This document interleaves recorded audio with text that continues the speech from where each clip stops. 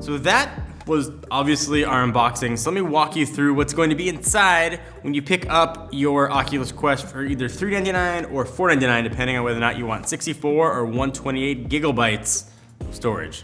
I said giggle. All right, so the first thing in the box is really the main thing. This is the Oculus Quest itself. The headset, it looks and feels really nice and premium. It's kind of a canvasy material. It's adjustable for whatever noodle size you guys have. That goes there. You're gonna have two controllers. It's kind of nice. I got included wrist straps here, so make sure you don't lose them or fling them across the room.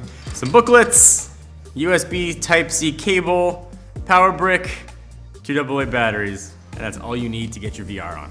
So before we set it up, I do want to give a big thank you to Oculus for sponsoring this video. If you want to learn more about the Oculus Quest, link down below. All right, so download the Oculus app first for either iOS or Android. Start the pairing process, so it says to plug it in, so I'm gonna do that.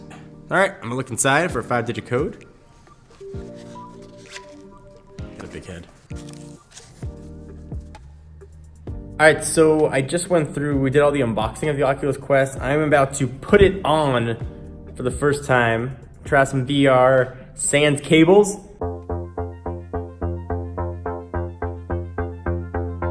All right, so one of the cool things about the Oculus Quest, obviously you can play it anywhere, but you can't see like what's around you when you're doing VR, so you always have a worry you're gonna run into a wall or run into somebody. So you can actually set up boundaries for whatever space you are in, and they made it really simple. All right, so I'm gonna confirm floor level. So I look down, I can see the little X's on the floor, I confirm. And then define my play area. So actually I pretty much just draw out my area that I wanna be in. So I'm gonna draw it out.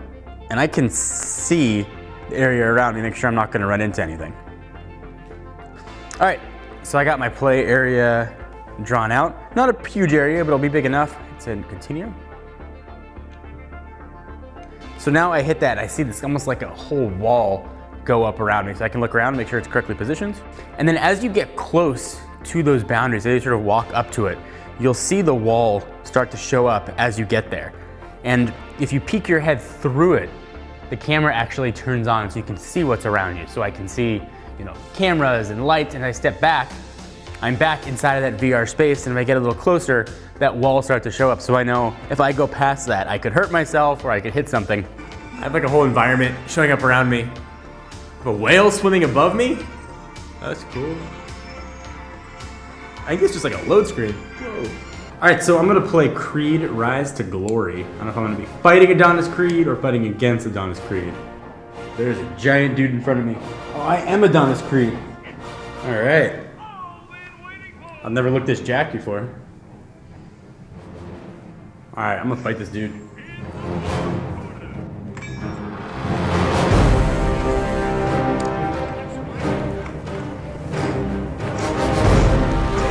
This is VR done right. This is kind of what I think people always wanted with VR, was sort of that wire-free immersive experience. And the music sounds pretty good, it's pretty immersive. And I can, as I'm looking around, like I still see the whole VR experience. And I know I'd probably look super cool. But the music really helps.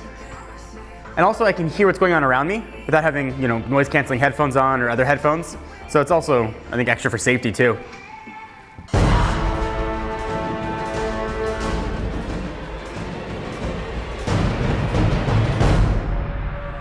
All right, so I just finished my first session on the Oculus Quest, and I am legit out of breath. That's probably the biggest workout that I've had, and probably longer than I would like to admit.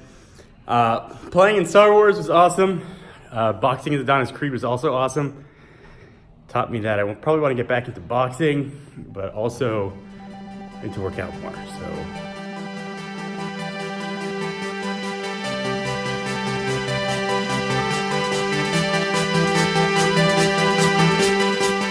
So I've had a mixed reaction to VR over the years. So when first home VR came out, it seemed awesome, but you needed crazy expensive PC to get it work. Then the experience, I didn't think was ever that great. There's kind of that middle ground where you could use your phone as a VR headset. It was fine. I just never really found much of a use for it. This was really the first VR experience that was super immersive. I don't know if it was not having to put on headphones, but actually hearing the VR come through. I didn't have the worry that I was gonna like run face first into a wall. The fencing that they've got is really cool, and when you go through it, the fact that you can turn on the cameras and actually see things made me feel a bit more comfortable, and I think let me enjoy the VR experience a bit more, knowing I wasn't gonna like injure myself. There's still no cure for how ridiculous you look while playing VR to others, but the experience was awesome. So the games, they looked better than sort of when you have a phone inside of cardboard or a headset. They were pretty immersive. So like being able to box as Adonis Creed and actually like legitimately get a workout was also neat. I could see the potential here, and sort of built in to the Oculus Quest, you also have access to normal apps. So I was, admittedly, shameless plug, watching my own YouTube video, and it didn't show up as like a full 360. It was just a big flat, looked like a gigantic widescreen in front of me. Overall, it was just the most immersive VR experience I've ever had. If you want to play VR games, and you want to play VR games on the go, this is a really good way to go. You've removed the tether. I think you already know whether or not VR is for you, and if you decide that it is for you, this is a really incredible way to get into it, to try it, to sort of have that immersive VR experience, and you kind of expect that, I guess, from Oculus. But thumbs up, Oculus Quest.